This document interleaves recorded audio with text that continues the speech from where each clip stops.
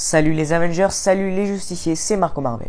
Étant donné l'arrivée imminente des X-Men dans l'MCU, je voudrais vous faire découvrir ou redécouvrir le personnage de Dent de Sabre. Non, je ne parle pas de cet animal préhistorique, mais bel et bien du plus grand ennemi de Wolverine. N'hésitez pas bien sûr à vous abonner, et je vous dis bonne vidéo.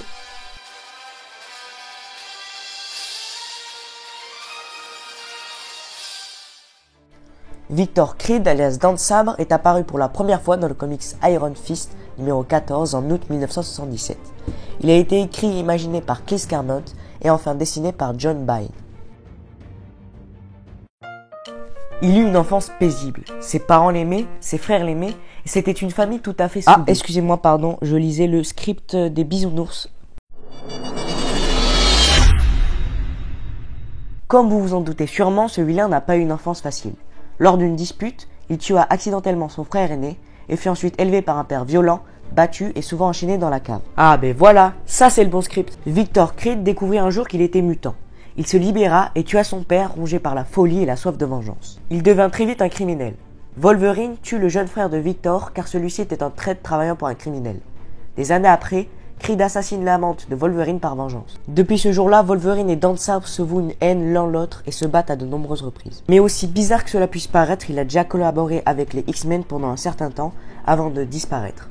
Plus tard, Logan le retrouva et le tua avec la lame de Muramasa qui annule son pouvoir de régénération. Mais il se révélera que c'était juste un clone de celui-ci.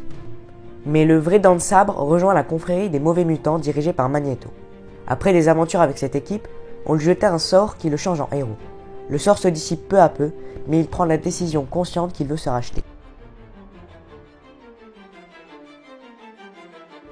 Il a de nombreux pouvoirs en commun avec Wolverine.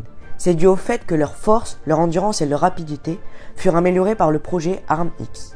Dent de Sabre possède des griffes en adamantium très tranchantes et a été formé au combat au corps à corps par Hydra. C'est un traqueur et un chasseur infaillible. Il est résistant aux attaques et aux manipulations télépathiques, et malgré son apparence qui le fait paraître stupide, il reste doté d'une très grande intelligence. Et enfin, comme Wolverine, il est doté d'un facteur auto-guérisseur très efficace qui lui donne l'avantage au combat. Tout de même, Dent de Sabre a fait pas mal d'apparitions. D'abord interprété par Tyler Mane dans la première trilogie X-Men et interprété par Liev Schreiber dans X-Men Origins Wolverine. Même si les origines du personnage ont grandement été modifiées.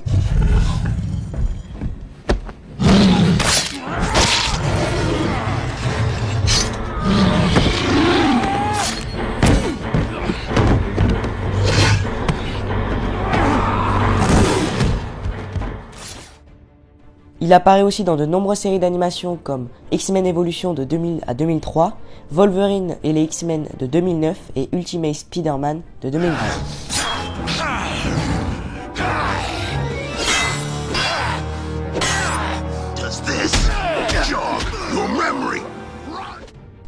Et dans quelques jeux vidéo comme Lego Marvel Super Heroes, Marvel Future Fight et Marvel Contest of Champions.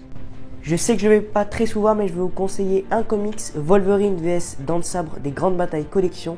C'est un très bon comics qui coûte seulement 3 €.